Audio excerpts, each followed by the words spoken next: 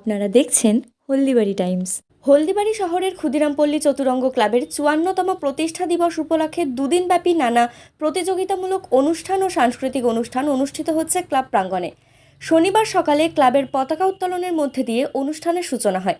তারপর কবিগুরু রবীন্দ্রনাথ ঠাকুর ও বিদ্রোহী কবি কাজী নজরুল ইসলামের প্রতিকৃতিতে মাল্যদান, বসে আঁকো প্রতিযোগিতা, কুইজ প্রতিযোগিতা, সঙ্গীত প্রতিযোগিতা, নৃত্য প্রতিযোগিতা সহ সন্ধ্যাকালীন মনোজ্ঞ সাংস্কৃতিক অনুষ্ঠান অনুষ্ঠিত হবে।